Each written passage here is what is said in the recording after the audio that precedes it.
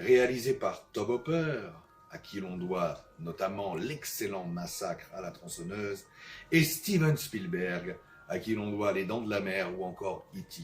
Je veux bien sûr parler de Poltergeist. Poltergeist, la malédiction, tournage maudit ou légende urbaine.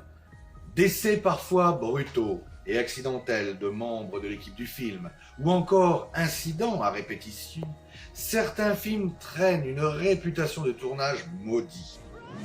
La malédiction des Poltergeist.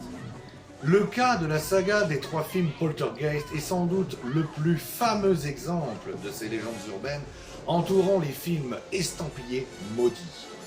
Sorti début juin 1982 aux États-Unis, puis dans le reste du monde, Poltergeist de Tobe Hooper fut un énorme succès, soit, pour rappel, les malheurs d'une famille américaine dont la maison est construite sur un ancien cimetière, ce qui n'est vraiment pas du goût des esprits frappeurs du coin qui vont terroriser la petite famille. Premier incident, le jeune Oliver Robbins, qui joue le fils de la famille, Robbie Freeling, manqua de peu d'être réellement étranglé par la marionnette en forme de clown.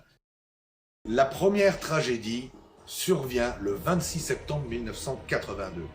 L'actrice Dominique Dunne, qui joue la fille aînée dans le film, est victime d'une tentative d'homicide par strangulation de son compagnon, qui parvient finalement à la tuer début novembre, toujours par strangulation. Détail particulièrement sinistre, pour étouffer les cris de la malheureuse, son compagnon, tueur, aurait mis très fort sur la chaîne hi-fi la bande-son du film Poltergeist. En dépit de ce drame, la MGM demanda la mise en chantier d'une suite, Poltergeist 2, sortie 4 ans plus tard en 1986. What is it? What is it, Steve? What is it?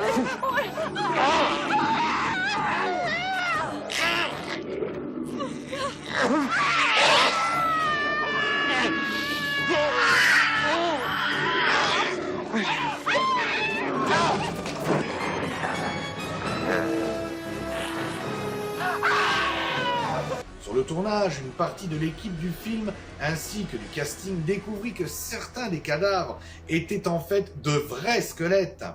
En apprenant cela, l'équipe demanda à faire procéder à un exorcisme qui sera mené par l'acteur amérindien Will Sampson, qui était par ailleurs un vrai chaman.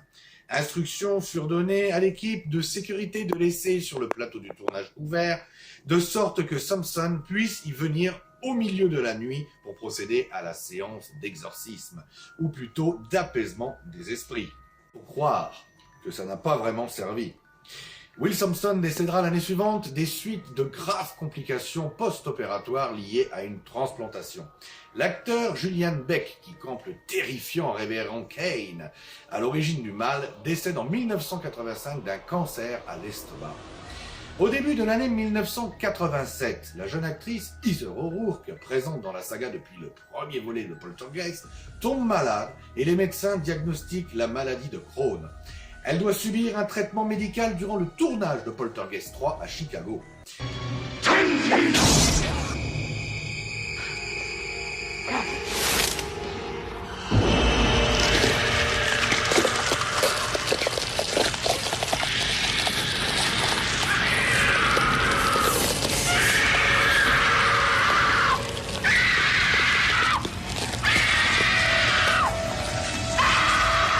Elle termine le tournage avant de rentrer en Californie, apparemment remise, mais le 1er février 1988, à la suite d'un malaise, on lui diagnostique une sténose intestinale.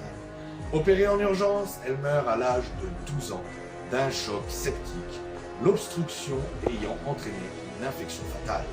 Bien qu'éloigné de la sortie de son Poltergeist 2, on notera aussi le décès en 2004 de son réalisateur Brian Gibson, à peine âgé de 59 ans, d'une tumeur des os, maladie de Sacrum Dewey.